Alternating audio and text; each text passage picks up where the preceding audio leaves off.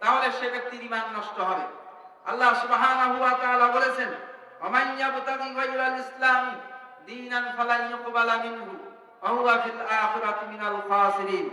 যে ব্যক্তি ইসলাম বাদ দিয়ে অন্য কোন মত, অন্য কোন আদর্শ গ্রহণ করবে, তা আল্লাহ তার কাছ থেকে গ্রহণ করবেন না। ইমানদার মুসলিম দাবি করতেছে, ইন্নাদ দীনা ইনদাল্লাহিল ইসলাম, আল্লাহ আপনার আমার জন্য একমাত্র দিন, জীবন ব্যবস্থা হিসেবে ইসলাম মনোনীত করেছেন। কিন্তু আমরা মুসলিম দাবি করার পরেও আমরা কেউ সমাজতন্ত্রে বিশ্বাসী, কেউ পুঁজিবাদে বিশ্বাসী, কেউ গণতন্ত্রে বিশ্বাসী, কেউ পীরতন্ত্রে বিশ্বাসী, কেউ চিশতিয়া, সাবরিয়া, নকশবন্দিয়াতে বিশ্বাসী, কেউ বিভিন্ন শিরিক কুফরি মতবাদে বিশ্বাসী। তাহলে আপনি আমি কি ইসলাম থাকলাম না? ইসলাম গেল। আপনি মুসলিম হওয়ার পরে, ইমানদার দাবি করার পরেও আপনি কিভাবে বাতিল মতবাদ গ্রহণ করতে পারেন? আপনি বাতিল মতবাদ গ্রহণ করতে পারেন না। আপনি যদি বাতিল মতবাদ গ্রহণ করেন, যেই মতবাদ আল্লাহ এবং রাসূল বলেননি, আপনি গণতন্ত্র বলতেছেন, গণতন্ত্র তো কুফরি মতবাদ। কেন? এখানে দুইটা জিনিস শিরিক আছে। এক, গণতন্ত্রের মূল বক্তব্যই হলো সমস্ত ক্ষমতার উৎস জনগণ। এক, এটা আছে না? মূল বক্তব্য তো এটা। তাহলে আল্লাহ বলছেন, তাবারাকাল্লাযী বিয়াদিহিল মুলক, সমস্ত ক্ষমতার মালিক আল্লাহ। আর আপনার গণতন্ত্র বলতেছে হচ্ছে জনগণ। আল্লাহর কথার সাথে সাংঘর্ষিক, এটা তো কুফরি। দুই, গণতন্ত্রের মূল বক্তব্যই হচ্ছে জনগণ যা বলবে তাই ফাইনাল। সব জনগণ যদি এবারে কি বলে, মদের হালালের পক্ষে বলে, হালাল হয়ে যাবে।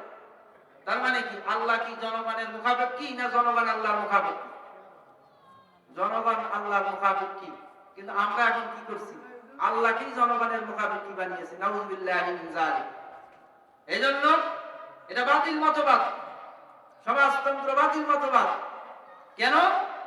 আল্লাহ তাআলার দেওয়া ইসলামী অর্থ ব্যবস্থাকে অস্বীকার করে সমাজতন্ত্র, রাষ্ট্রকেন্দ্রিক সমস্ত সম্পদের মালিকানায় বিশ্বাস করে। আর ইসলাম ব্যক্তি মালিকানাতেও বিশ্বাস করে, রাষ্ট্রীয় মালিকানার কথাও বলেছে। যারা বলে আমরা রাষ্ট্রে হবে সব জনগণের, সমস্ত সম্পত্তির মালিক জনগণ, সেখান থেকে সবাই তার ভাতা নেবে, সবাই খাবে, সবাই তার মৌলিক চাহিদা পূরণ করবে, তাহলে যাকাত দেবে কে? সব সম্পত্তির মালিক যদি জনগণ হয়, রাষ্ট্র হয়, তাহলে যাকাত নিবে কার কাছ থেকে? ধনীদের কাছ থেকে নিতে হবে না? ব্যক্তি মালিকানা সম্পত্তি না থাকলে আপনি যাকাত দিবেন কিভাবে?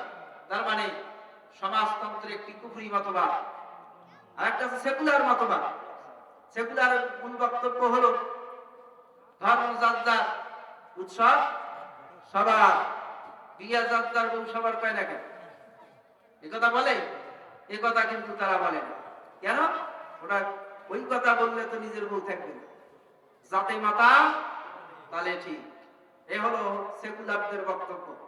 ওরা ইসলাম নিয়ে যত প্রশ্ন, ইসলাম নিয়ে যত মাথা ব্যথা, ইসলামী শরিয়া নিয়ে তাদের মাথা ব্যথা, কোরআন সুন্নাহ নিয়ে তাদের মাথা ব্যথা, বিরোধিতা সব ইসলামের বিরুদ্ধে। কিন্তু অন্য কোনো ধর্ম নিয়ে তাদের কোনো মাথা ব্যথা নেই। তারা আরবি ভাষার বিরুদ্ধে, ইসলামী শরিয়ার বিরুদ্ধে, ইসলামী আইনের বিরুদ্ধে, ইসলামের বিরুদ্ধে তাদের সব বক্তব্য। কেন? সেকুলার মতবাদের মূল বক্তব্যই হচ্ছে স্রষ্টা বলতে কেউ নেই। সেকুলার মতবাদের মূল বক্তব্য স্রষ্টা বলতে কেউ নাই। তাহলে স্রষ্টা কি? তারা নিজেরাই। তার মানে এরা নিজেরাই আল্লাহ দাবি করতে চায়। তার মানে এরা নিজেরা হচ্ছে তাগুত। এরা যারা সেকুলার মতবাদে বিশ্বাসী, এরা নিজেরা আল্লাহর আসনে নিজেদেরকে বসাতে চায় আর জনগণকে তাদের বান্দা বানাতে চায়। এজন্য সেকুলার মতবাদ একটি কুফরি মতবাদ। মুসলিমদের জন্য সেকুলার মতবাদ গ্রহণ করা জায়েজ নাই। যদি কেউ সেকুলার মতবাদ গ্রহণ করে আর মনে করে সে একজন সেকুলার, আবার কৌশল। সেকুলার বলে না সরাসরি, বলে আমরা ধর্ম নিরপেক্ষ। কি বলে? ধর্ম নিরপেক্ষ। ইংরেজিতে সেকুলারের বাংলা কখনো ধর্ম নিরপেক্ষ হয় না। ডিকশনারিতে সেকুলার ইংরেজি শব্দ, এর বাংলা হচ্ছে ধর্মমুক্ত। তার মানে কি? তার কোনো ধর্ম নাই। নাই তার কি, তা কি বলে জানুস। সেকুলারদের অবস্থা হলে এদের কোনো ধর্ম নাই, এরা নাস্তিক। এদের নিজেই আল্লাহ নিজেই বান্দা সাজার পরিকল্পনা করেছে, তার মানে হচ্ছে সরাসরি তাগুত। এই জন্য ধর্ম নিরপেক্ষ নামে বলেন আর সেকুলার নামে বলেন, যে নামেই বলেন, সেকুলার মতবাদ গ্রহণ করা যাবে না। কারণ এগুলো সমাজে এখন প্রতিষ্ঠিত কুফরি শিরিক। আপনি মূর্তি পূজার বিরুদ্ধে কি বলবেন? ওরা তো নির্দিষ্ট, হিন্দুরা নির্দিষ্ট স্থানে পূজা করে, ওইটা তারাও জানে যেটা মূর্তি পূজা, এটা আমরাও জানি, জনগণও জানি। কিন্তু বর্তমান বাতিল মতবাদ যেগুলো ইসলাম বাদ দিয়ে হয়েছে, এগুলো কেউ কেউ এখন ইসলাম বিরোধী মনে করে না। গণতন্ত্র কুফরি কেউ বলে না, সমাজতন্ত্র কুফরি কেউ বলতে চায় না, পুঁজিবাদ কুফরি মতবাদ এটা বলতে চায় না, সেকুলার মতবাদ কুফরি মতবাদ এটা বলতে চায় না। কেন? বললে পিঠের চামড়া থাকবে না। মূল কারণ এখানে হক বলতে হবে। নবীরা হক বলেছে, আপনাকেও হক বলতে হবে।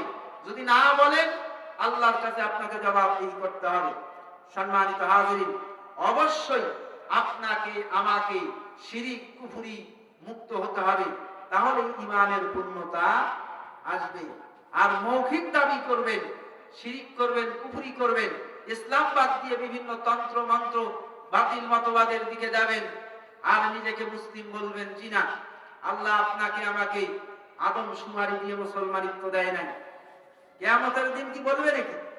বাংলাদেশ সরকারকে বলবে, বাংলাদেশের আদম শুমারিটা একটু দেখি, কারা কারা নিজেদের আইডি কার্ডে মুসলমান লিখছে তাদেরকে ধরি, একথা কি বলবে?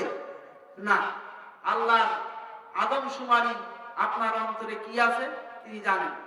আউয়ালু ওয়াল আখিরু ওয়াল যাহিরু ওয়াল বাতিন, আল্লাহ বলছেন তিনি সৃষ্টির শুরু, তিনি সৃষ্টির শেষ, সৃষ্টির প্রকাশ্য এবং গোপন যা আছে সবটাই জানেন।